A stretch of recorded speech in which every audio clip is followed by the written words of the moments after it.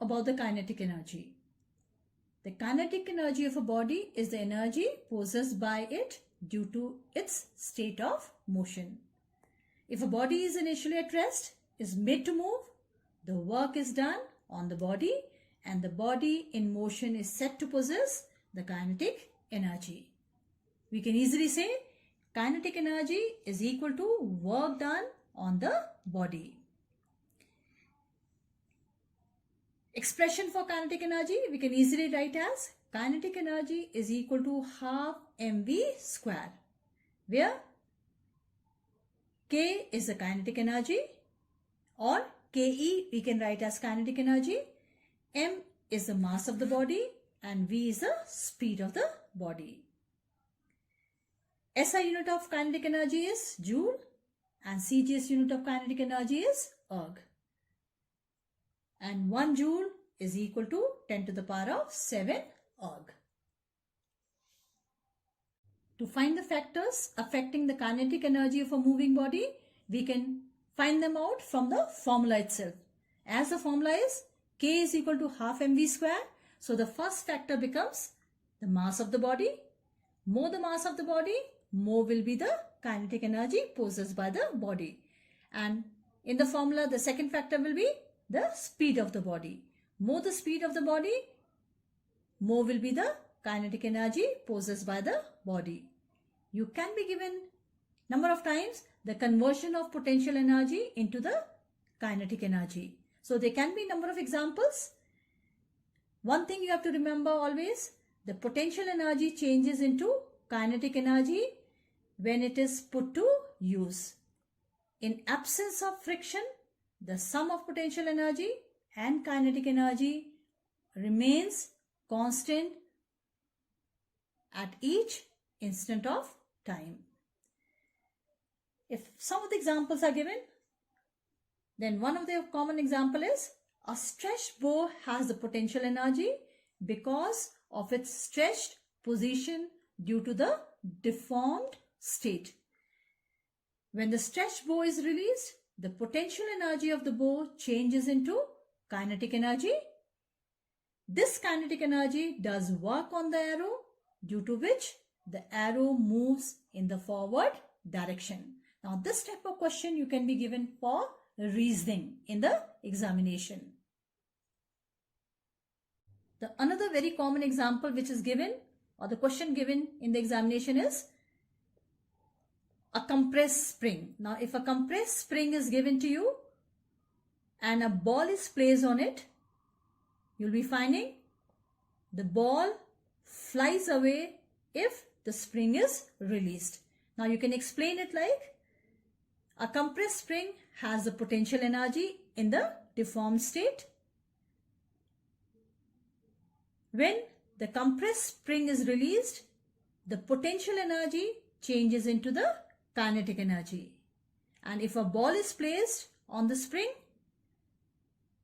the ball flies away due to the change of potential energy into kinetic energy.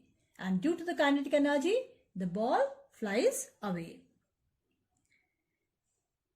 We can have some another very common examples, and one of them we can say that any time if a body is moving from a particular height, the sum total of kinetic energy and potential energy always remains the same. That means the energy is always conserved. So for that, what we do, we consider a ball placed at a height. At that particular height, the ball will only possess potential energy and no kinetic energy, because it's at rest, it is not moving. If the ball is released from the height, it starts moving and the vertical height of the ball from the ground keeps on decreasing. Therefore, the potential energy keeps on decreasing and changes into kinetic energy, due to which the speed of the body keeps on increasing. Therefore, during the fall of the ball will be having both the potential energy as well as the kinetic energy. Potential energy due to the position from the ground and the kinetic energy due to the motion of the ball. As the ball reaches the ground, the potential energy will become 0 and the ball will be hitting the ground with the maximum speed. And ultimately, the ball will come to the rest position. And that is the only reason when we say the kinetic energy of the body will be maximum just before hitting the ground, and the velocity of the body will also be maximum at that time. When the body comes to the ground, the body will have the velocity 0 after reaching the ground. In case of the pendulum, when the pendulum is oscillating to and fro, then at the extreme end, the kinetic energy will be minimum and the potential energy will be maximum, because with reference to this particular ground level, the height is maximum at position B, so the potential energy will be maximum.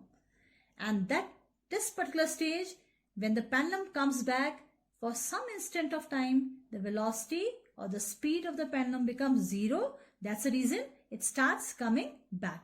So there the kinetic energy will be minimum. When the pendulum is coming to the mean position, the height keeps on decreasing as it is coming to the ground level or onto the reference point, or this is the reference point what I have drawn.